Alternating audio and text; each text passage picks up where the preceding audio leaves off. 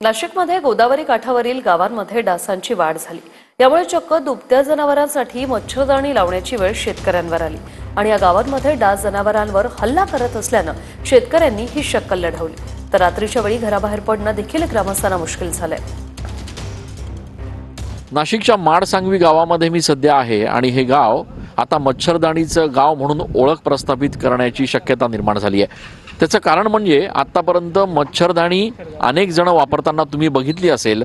खास करून डासांपासून किड्यांपासून आपण मच्छरदाणी वापरतो आणि यांच्यापासून संरक्षणासाठी मच्छरदाणी वापरतो। मात्र या गावामध्ये चक्क अशा पद्धतीनं जनावरांसाठी ही मच्छरदाणी बांधण्यात आलेली आहे।